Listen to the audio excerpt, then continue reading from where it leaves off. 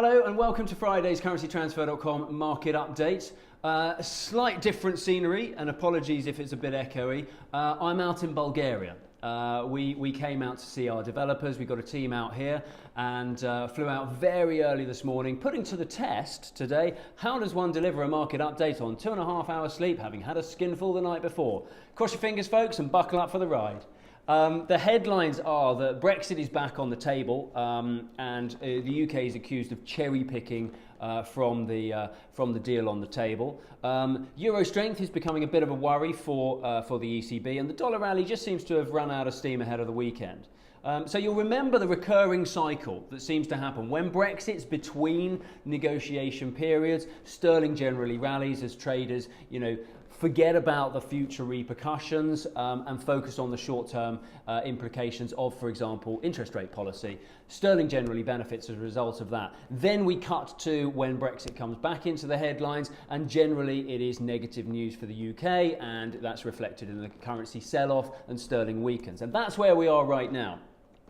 So the EU is saying that they won't allow the UK to kind of pick and choose between what regulations and laws they want to apply during the transitionary period. The UK feels that that's an important part of the transitionary period to get to the end point of a clean break.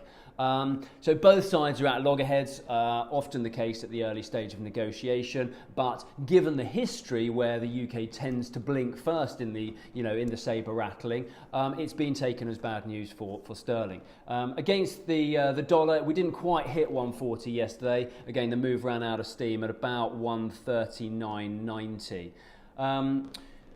Over in the Eurozone, slow and steady Euro growth has been, order of the day for quite a while. The movement has been going on for about a year now. I mean, it's obviously volatility within the period, but the general theme of slow, steady, increasing value of the euro has now started to give the ECB cause for concerns. Ultimately, a stronger currency has an effect on their inflationary target as it lowers the cost of imports. Core inflation has remained at 1.3% in recent months. We've got a 1.3% forecast reading for Eurozone inflation data next Wednesday, and so we'll see, expectation is of course that it will come in line with that. The euro dollar has found support around 122.80, and sterling euro is currently trading between sort of 113 and 113.50.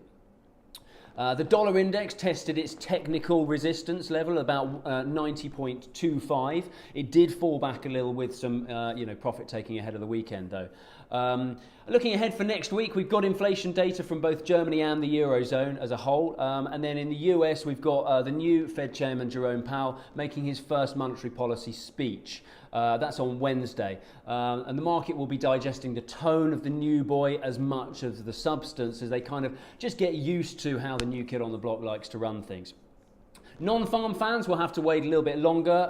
There's an extra week before the sweepstake this time around. That's not due for release until the 8th, but all eyes will be on the hourly earning element of that, just to see if the January data was an outlier. Have a great weekend. I know I will. We're going up the mountain to hopefully get some snow tomorrow, but we'll be back with you first thing on Monday morning. Have a great one.